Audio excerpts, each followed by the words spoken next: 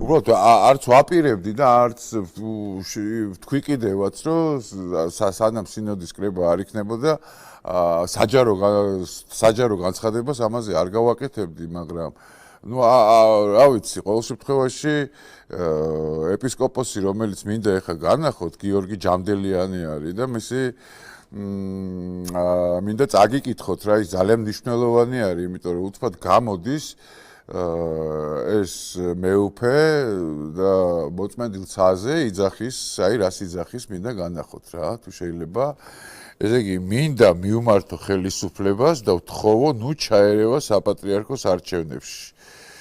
მინდა მიუმართო და ვთხოვო, ნუ ჩაერევა საპატრიარქო არჩევნებში, ნუ რა ვის სასარგებლოდ. პირიქით დაიცვას უსაფრთხოება მომავალი გაფართოებული საეკლესიო კრების, რათა შევძლოთ მშვიდობიან გარემოში შეკრება და ღვთის შეწეობით არჩევნების გაკეთება. შესაძლოა ნებისმიერ ადამიანს და მათ შორის ხელისუფლების წარმომადგენლებსაც გააჩნდეს ერთგვარი სიმპათია რომელიმე კანდიდატის მიმართ და ეს სრულიად ნორმალურია, რადგან ისინი ჩვეულებრივად ლაპარაკობს, ვითომც რამე ფაქტი კონდეს იმისი, რომ ვინმე ერევა არჩევნებში, ან თუ აქ თქვას, ვინ ერევა და როგორ ერევა, ხო? გინდას პირდაპირ და გინდას არაპირდაპირ, ხო? აი გამოხვიდე და პირდაპირ ესეთი სტატუსი და განცხადება გააკეთო, ხო? რა ვიცი, რას ითვალისწინებს ეს განცხადება, მე თუ რაღაცა ფაქტი გაქვს, შეგიძლია, ხო? მოციქულთა 30 კანონი ბრძანებსო, რომ ეპისკოპოსი, რომელიც საერთო მთავრებს დაიხმარებს და მათი შემწეობით მიიღებს ძალაუფლებას, განკვეთილ და განყენებულ იქნეს, ასევე ყველა მისი თანამზრახველი. კანონის თანახმად ეპისკოპოსების პატრიარქის გამორჩევის უფლება ყოველთვის ეპისკოპოსთა კრებას ეკუთვნოდა. ამაზე საუბრობს მე-7 მსოფლიო კრების მე-3 კანონიც. ეკლესია ყოველთვის გმობდა ეპისკოპოსის დადგინებას, სახელმწიფო ხელისუფლების უკანონო ჩარევას. კიდე იგივე იმეორებს რა, რომ სახელმწიფო ერევაო რა. მოციქულთა კანონი ასე დანაშაულს სიმონიის ტოლფასად მიიჩნევს, ამიტომ უწესებს კანონი მათ ისევე სასჯელს, როგორც სიმონიისთვის არის დაწესებული, ხარისხიდან განკვეთას და ეკლესიიდან მოკვეთას. ეს ის შემთხვევაა, როდესაც კანონი თმობს თავის პრინციპს, არ განსაზღვროს ერთი დანაშაულისთვის ორი სასჯელი და დამნაშავეს ადებს ორმაგ სასჯელს, რადგან სიმონია აღემატება ყველა მძიმე დანაშაულს.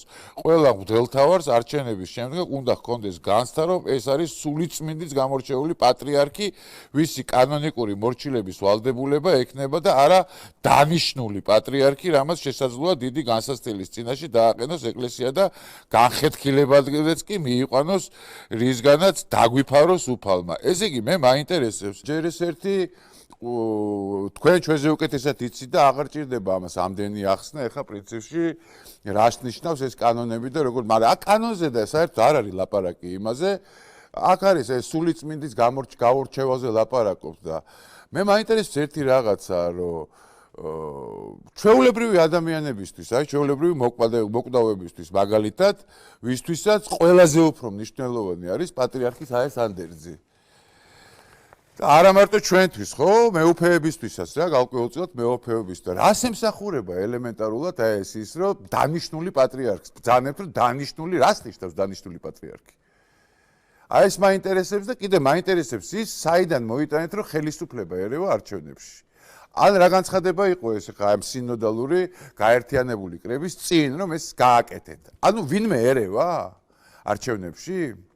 და თუ ვინმე ერევა, თქვით, მაშინ ვინ ერევა და როგორ ერევა და რა კუთხით ერევა.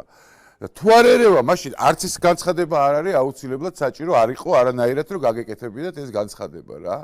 იმიტომ რომ ხედავთ რომ გაჩუმებულები ვართ, მას არ ვიღებთ თუ რაღაცას თქვენ ესე ვთქვათ არ განაცხადებთ და ეს ინტერვიუს არ მიცემთ, ხო? აი ამ თემასთან დაკავშირებით, რასაც პატრიარქის არჩევა ქვია. ხო და პრიორიტეტი ჩვენთვის და ჩემთვის პირადად და ძალიან ბევრი ადამიანისთვის და სულიწმინდის მადლიც და ეს ყველაფერი ახსენა ეს უწმინდესმა თავის დროზე რომ ეს წმინდა გიორგის კარნახით მოხდა ეს ყველაფერი, ამაზე მეტი სულიწმინდის მადლი რა უნდა იყოს? რაც პატრიარქმა უკვე გააკეთა, თქვა და აი თავისი მოხუცებულობის და მიუხედავად აი ესეთი ფორმით მოგვიტანა, რომ ესე ვთქვათ მეუფე შიოზე ესეთი განცხადებები გააკეთა. აღარ არის საჭირო ეს თქვენი ისინი, თუ რაღაცა ფაქტები გაქვთ თქვით, კი ბატონო, რომ ხელისუფლება ერევა, თუ არა გაქვთ ამის ფაქტები, აღარ არის ამის აფიშირება საჭირო რა, რომ თუ ჩაერევა, მაშინ ესე მოხდება, ეს არ ივარგებს და ეს სულიწმინდის მადლით უნდა იყოს. საეკლესიო კრების ამბები საერთოდ არ აინტერესებს ჩვეულებრივ მოკვდავ ადამიანებს რა. მოკვდავ ადამიანებს აინტერესებს ის, შესრულდეს ის ამბავი, რაც პატრიარქმა დაიბარა და ამას ელოდება ძალიან, რა ვიცი, უმრავლესობა საქართველოს მოსახლეობის რა. ხო და თუ ამას გაითვალისწინებთ თქვენს და ნაკლებ განცხადებებს გააკეთებთ იმისას, რომ დაუშვათ საერთოდ ამ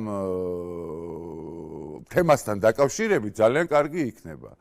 იმიტომ რომ რაღაცნაირად ყველას ნერვებზე ხვდება ეს ამბავი, სანამ ახალი პატრიარქი არ იქნება, ესე ვთქვათ, არჩეული და მე საერთოდ არ მაქვს იმის განცდა, რომ პატრიარქის ეს ანდერძი არ შესრულდება. პირიქით მგონია, რომ ერთხმად ერთსულოვნად, როგორც უყვარდა უწმინდეს, ისე შესრულდება მისი ეს დანატოვარი მთელი მისი მოწაფეების მხრიდან. აი ეს არის ჩემი და ძალიან ბევრი უმრავლესობა ადამიანების გინდა ოცნება დავარქვათ, გინდა პატრიარქის დანატოვარის პატივისცემა დავარქვათ, რაც გინდათ ის დავარქვათ რა.